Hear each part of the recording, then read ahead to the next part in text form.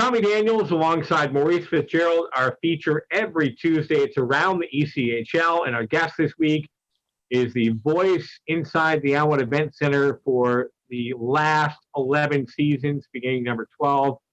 You know him, you love him, you recognize the voice. You might have been out to have a beer with him after a game. The one and only Lee Hastings. Hey, Tommy. Hey, Mo. How you guys doing? Good. How are you? Doing fantastic. Tommy, has it really been? Great to have you on, Nate. It's long overdue, and we're excited to have you on. So I guess we'll start here. I'll start with the question. This is a tough one, but just tell us how the whole PA for the Allen Americans came about. Everybody always says hockey's a real small community, and this story really kind of ties into that, right? So back when I was in Wichita with the Wichita Thunder as their PA guy, Matt Canavan was with the Brahmas at that point. And I want to say they weren't Fort Worth Brahmas. Maybe it was the Texas Brahmas, or it was another variation of the name. I don't remember. I'm getting old. But I'd met Matt through that. And when I left Wichita, because my job took me to North Carolina, and 6 months after being in North Carolina, I ended up in DFW. I went to a Texas Tornado game over in Frisco and ran in. And Matt stopped me in the hall and he's like, "Good Lord, what are you doing here?" And I said, "I just moved here." And he was like, "Fantastic. Can I use you as a part-time fill-in PA guy for the Texas Tornado?" And there, it was a couple seasons over there. That's where you and I first met. And then here we are 11 years going in our 12th season. I can't believe it's been that long, but that's how that connection came about. That's pretty awesome. And it is, as you said, it's a really small community here in hockey. And tell us about, some of the best times here as the PA announcer and some of the tough times that you've had to deal with, some unique experiences that you've dealt with, especially when you get the guys in the box on either side. I'm sure there's some good tales there. There's some funny stuff. So my favorite experience, or I guess memory, right, would be the first championship, President's Cup against my old team, the Wichita Thunder. Is probably I don't think you could have written a better script or a better scenario to be able to be the PA guy for that game against your old team, against your current team, and then have the new team beat the old team when the old team took you to the cup a couple times, but fell short. And then to get it there. And then the nice thing about it was the conversation that I had with Joel Lamerno in the concourse prior to the game, where he was pretty confident, over the top confident, that Wichita was going home that night with the President's Cup. But I told him there was no way that you were going to pull that cup out of my warm hand. You'd have to kill me first to get it. And it was nice. Later that night, I spent a few moments with the President's Cup and found Wichita in there where they were back to back, and took that photo and sent it to Joel and said, "Hey, just if you forget what your name looks like, it looks like this." So I do my part to keep that rivalry going as much as possible. Talk about that third period, that crazy third period. We're down 2-0. Jarrett Lucan finally gets us going, midway through the third period. Trevor Hendricks, the guy we affectionately called Hendo, with the big game tying goal. And then the biggest, I still say the biggest goal in Allen Americans history. Todd Robinson, I'm not even sure how many fans really knew him because he hadn't been here very long, but that big goal. Take us through that third period. What are you thinking? Did you ever think that, we weren't going to come back? Did you always believe that at some point it was going to happen? What was going through your head? We walked it when that third period started and we were down. Was talking to a couple of guys in the box, and we were talking on the headsets up to the AV room, and everybody's like, "Man, it's just not a year." And I was like, there's 20 minutes left of hockey.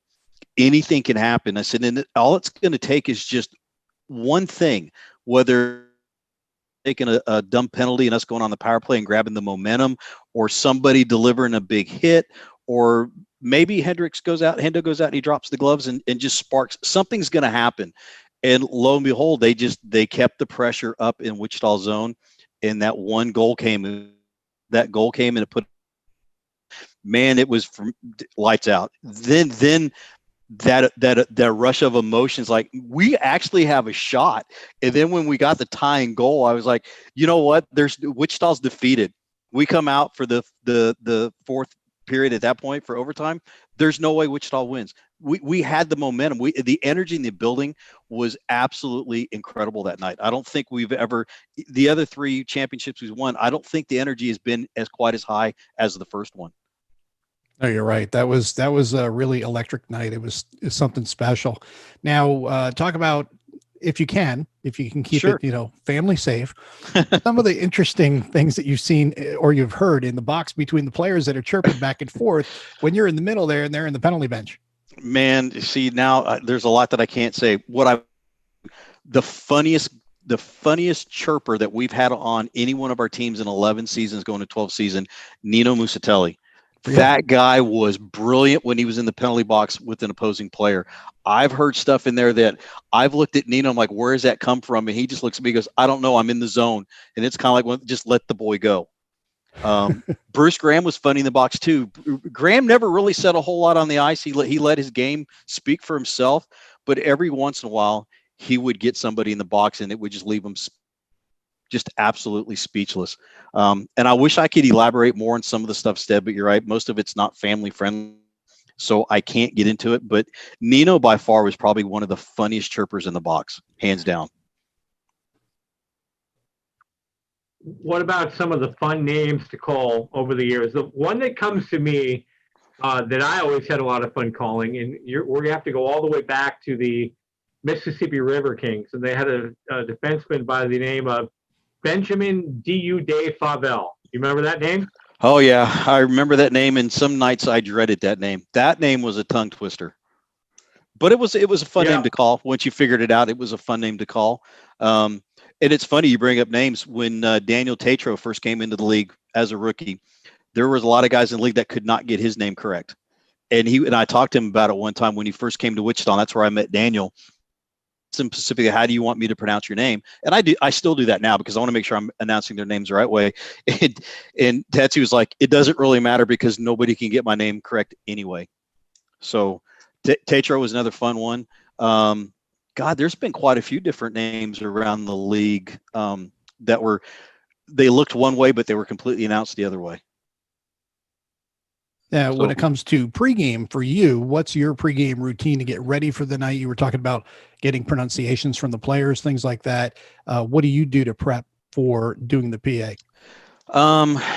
Believe it or not, I drink a ton of water before the game because I want to hydrate the vocal cords out. And there's some people around the league and around different people, they have their things. They like to drink coffee because they say, oh, the warmth, loosens up the vocal cords. It really does the absolute opposite. It dries you out, right? So it can lower your optic pitch a little bit. I stay away from all sodas. The carbonation is the worst thing you can drink before a game. So for me, it's a lot of water and leading up to the game, and then a lot of water during the game. I do have a cup of coffee here and there during warm-ups, and it's nothing for the voice. It's just a warm-up because it gets a little chilly down there in the box during warm-ups. But that's the biggest thing. And then I have a routine. I walk the arena a certain way. I've done that for 11 seasons. I walk it a certain way. And then I go through the starting lineup, right? I go through some of the pregame stuff just so, the players go out for warm up. So there's certain things that I do to warm up so that when I get on the mic, it's not for the first time that night. I've had some stuff to get me going. So I'm kind of in the groove, if you will. Mm-hmm.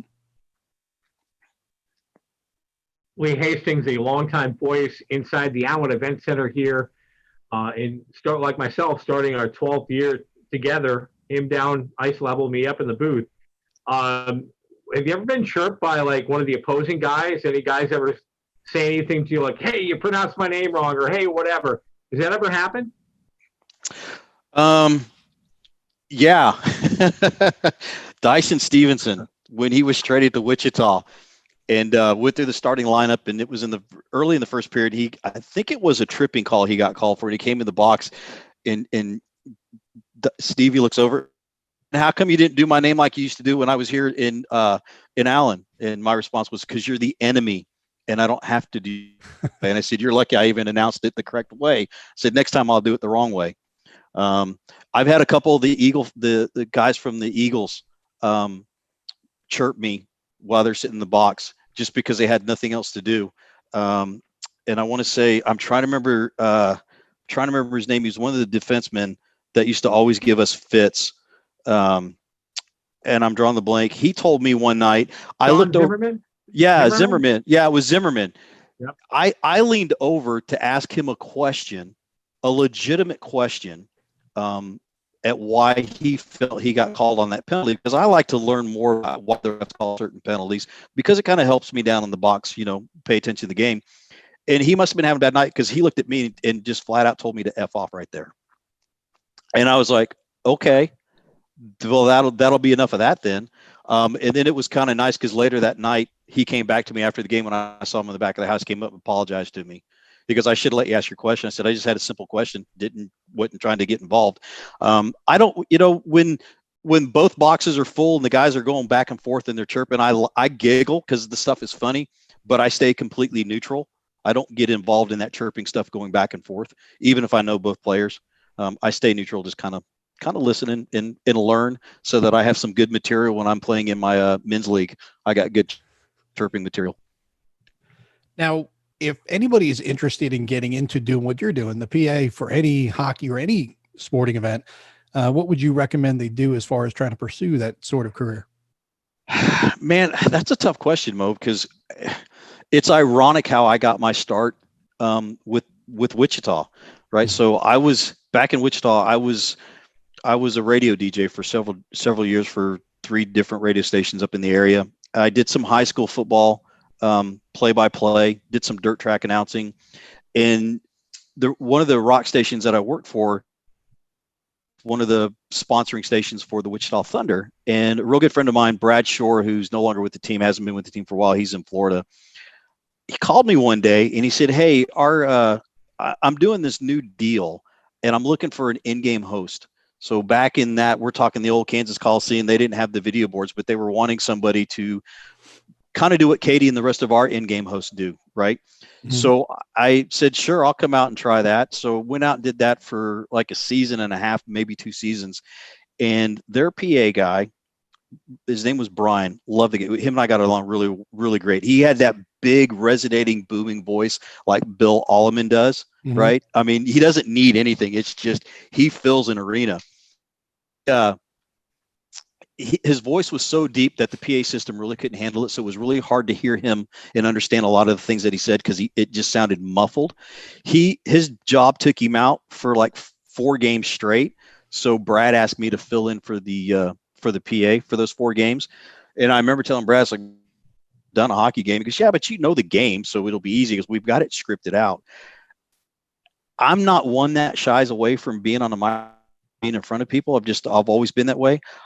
I'll tell you, Mo, my first game with the Wichita Thunder, I was shaking like a leaf on a hurricane. That first period, I don't think I've ever been more nervous in my entire life. And I got through the first period, and then I just just found my groove.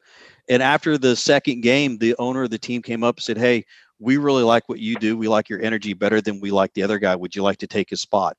And that's how I became the PA guy for the Wichita Thunder. Nice. So I give Brad a lot of props for giving me that shot. So for somebody to get into that, if you have a way to make an air check tape or some type of, production tape that you can submit in, that would be one way to do it.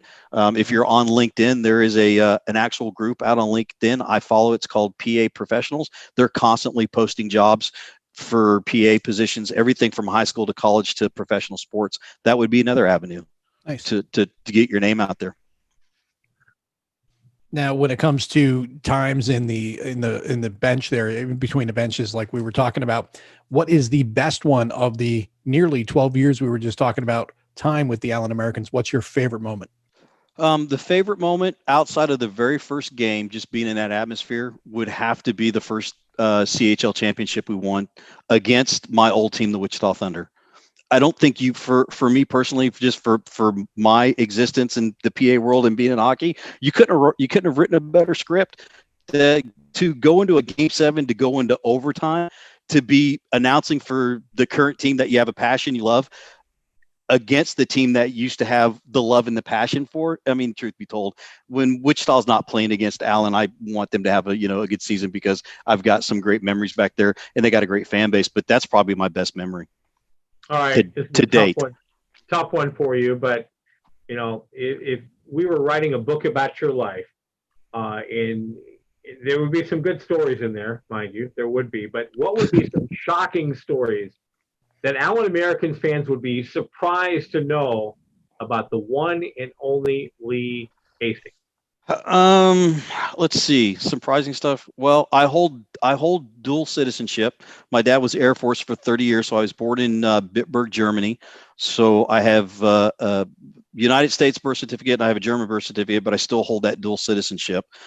So if things get really crazy here, I might have who knows? So there's that. I'm a certified scuba diver. The deepest dive I've had is like 120 feet.